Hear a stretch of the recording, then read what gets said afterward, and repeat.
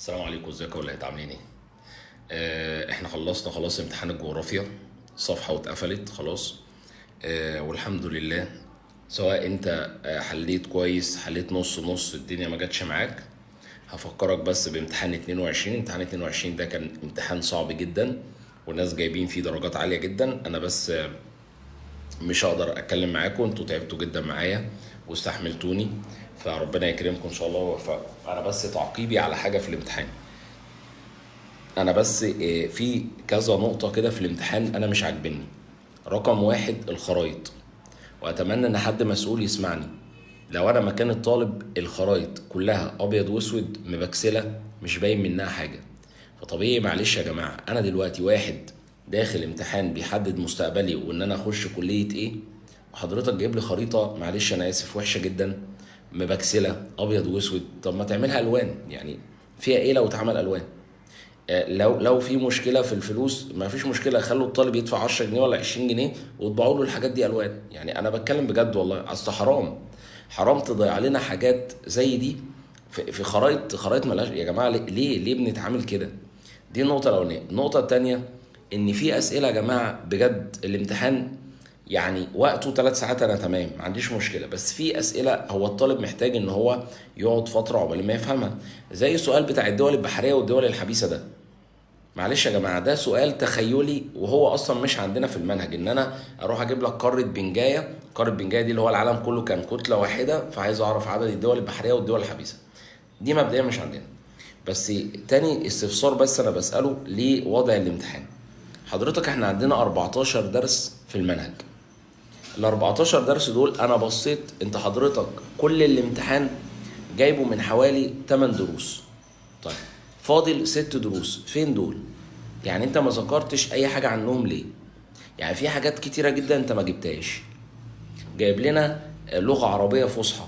احنا عندنا الطلبه يا جماعه المسؤولين يا ريت يسمعوني، هم عندهم مشكله في العربي. فانت بتجيب لهم عربي في الجغرافيا وعربي في التاريخ يعني اقعد اقول لهم اصل يا جماعه التاريخ هو تراث الوطن والجغرافيا هي وعاء الوطن. طب انا يعني ما هو الطالب اصلا ماشي، هم ممكن يفهموها، بس برضه دي لغه عربيه قوي يعني.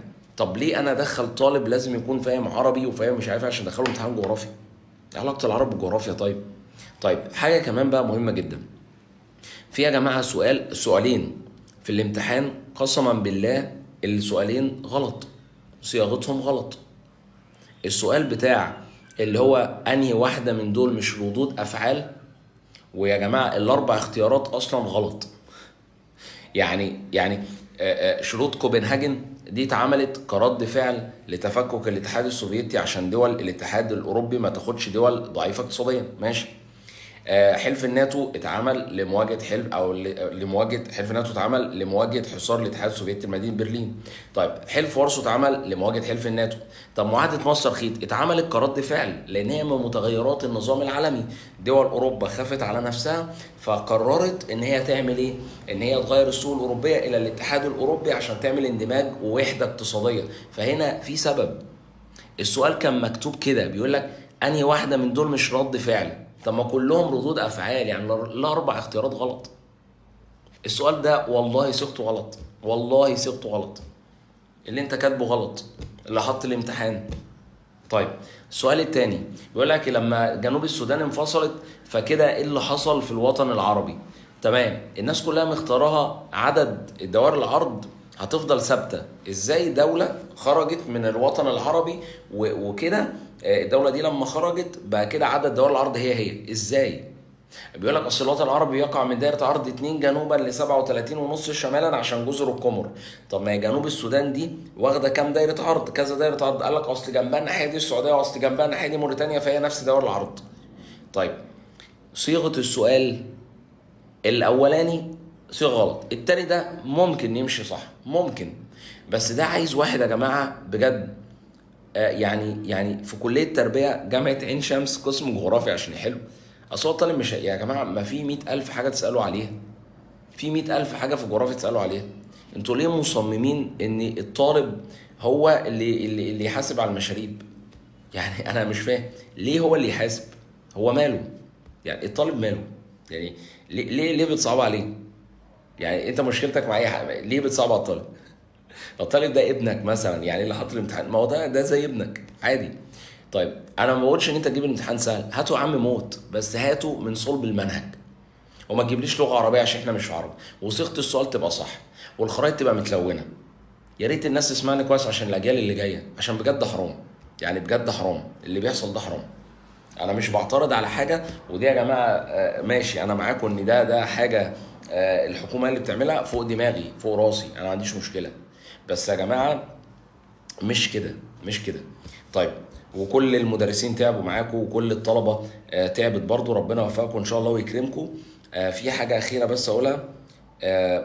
كل المدرسين، يا ريت يا جماعه ما حدش يقعد يقول الامتحان سهل، والامتحان انا جبته زي ما هو، وانا قايل لكم الاسئله بالظبط، وانا توقعاتي المرئيه ما فيش زيها، وانا المدرس رقم واحد على كوكب الارض. بصوا يا جماعه، والنبي راعوا مشاعر الطلبه، لان في طلبه ما حلتش. يعني في طلبه حلت وفي طلبه ما حلتش. واجمد مدرس فيك يا مصر، لو جبت ملازمه قسما بالله ما هتلاقي الا 20 سؤال. انا دورت، اصلا انا بدور عند نفسي عادي مش مشكله، لقيت عندي 20 21 سؤال. طيب، اراهن بقى ان حد جاب السؤال بتاع ردود الافعال، وراهن ان حد جاب السؤال بتاع الدول البحريه والدول الحبيسه، اللي هي الاسئله الصعبه. الباقي ده اي حد عنده، ما هو انا عندي نفس الاسئله، يعني انا لو وريتك الملزمه ما هي. دي مش موضوعنا، بس يا جماعه بلاش نزايد، عشان في طلبه ونفسيتهم بتشيل. فخلاص، نقعد ساكتين وخلاص، وربنا يراضيهم ويراضينا جميعا، ونشوفكم على خير. اشوفكم على خير ان شاء الله، وربنا يكرمكم في المواد الجايه، وهانت يا بطل، خلاص فاضل مادتين، اشوفكم على خير.